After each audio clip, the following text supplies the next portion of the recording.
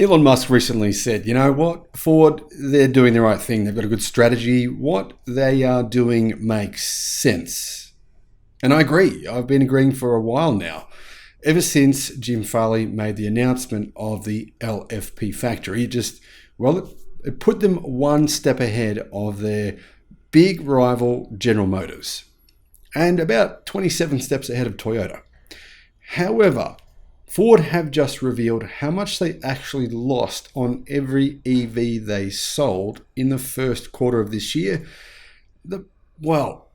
How long can they keep doing this? I don't know, but you can really see why Ford is not that interested on selling a lot of EVs at this point in time, because it just loses too much money on each one it sells. It's the same challenge for basically every legacy automaker, outside, of course, of Tesla and BYD.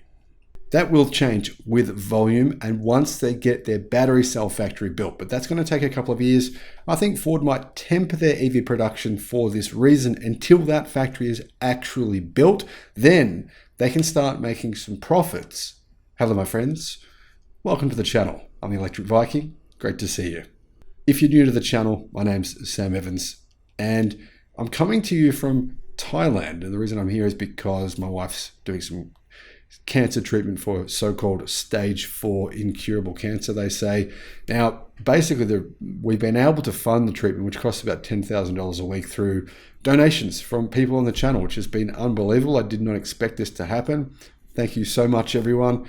Really appreciate what you've done. Now, if you're interested in knowing more about what I'm talking about, I'll put a link in the description to our GoFundMe page. Ford loses around US $58,333 per vehicle.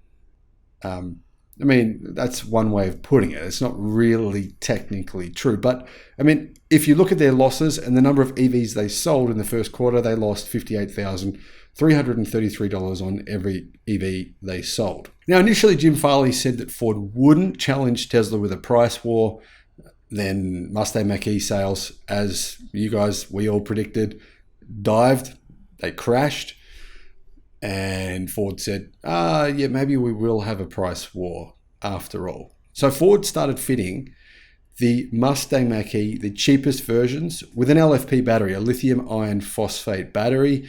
Technically, they're actually pretty good batteries. In fact, really good. So I would absolutely consider getting one, except the range of the base model Mach-E is just too short, I think, for the average person. Apparently, the average American says 300 miles of range is a good figure. That just came out a few days ago in one of the mainstream media sites. They've interviewed a lot of people and they've said they want 300 miles. So I think 220 miles for that base model Mustang Mach-E would be a bit too low. If they can increase that, which I think they can, then it'll really make a lot of people consider that Mach-E with a lithium iron phosphate battery. Ford say they expect around $3 billion in losses this year from their electric vehicle division. They're going to use the profits that they make from their internal combustion engine division to prop up their EV division until their EV division can make profits. And that's a smart strategy. Ford reported quarterly earnings by division for the first time, and all units but one notched good financial performance, which was a nice change for Ford. Ford's automotive revenue was $39 billion, slightly above expectations. Its gas-powered car business, Ford Blue, earned $2.6 billion. The commercial fleet in the Ford Pro division added another $1.4 billion in profits. Now, of course, the big outlier here was the Ford Model E division, which lost $722 million US. That equates to $58,333 in losses per car sold. Does that mean Ford had the wrong strategy here? No, it doesn't. Not at all, in fact. The losses are probably very similar from other car companies, but other car companies are not being transparent. This is probably what Elon Musk is actually talking about here. Name me one other large legacy automaker that is being transparent about how much money they make or lose on their EV division. I'll wait, because there is none. Ford is the only one doing it. And I give them massive kudos for that. Now, would I invest in Ford? Probably not. Do I think they'll go bankrupt? No, I do not. There's some good reasons for that. In fact, I have 5 good reasons. I've got a video coming soon on my 5 good reasons on why Ford actually are following a good strategy that makes a lot of sense. Ford doesn't seem concerned either about these losses. They say that running an electric vehicle division is like a startup. They're not expecting to make a profit before 2026. So you can expect losses to come for at least another 3 years.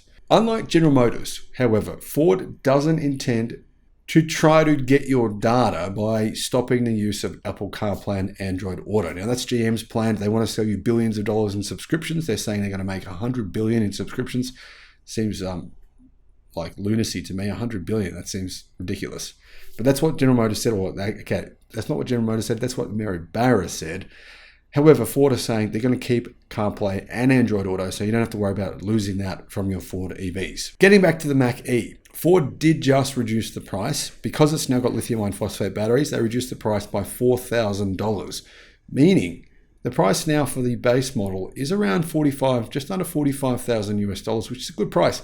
Does it qualify for the tax incentives of 7,500? No, it qualifies for half of it, because the battery is made by CATL. The lithium iron phosphate cells come from China.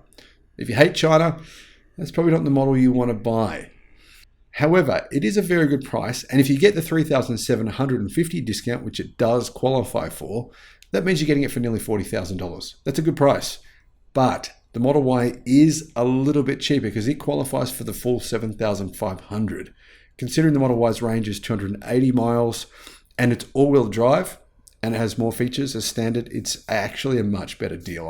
I don't understand why anyone would actually pick the Mach-E in that comparison. But if you love Ford, by all means, go ahead and get one. I think they're really good cars. Let me know your thoughts in the comments. Thank you for watching, my friends.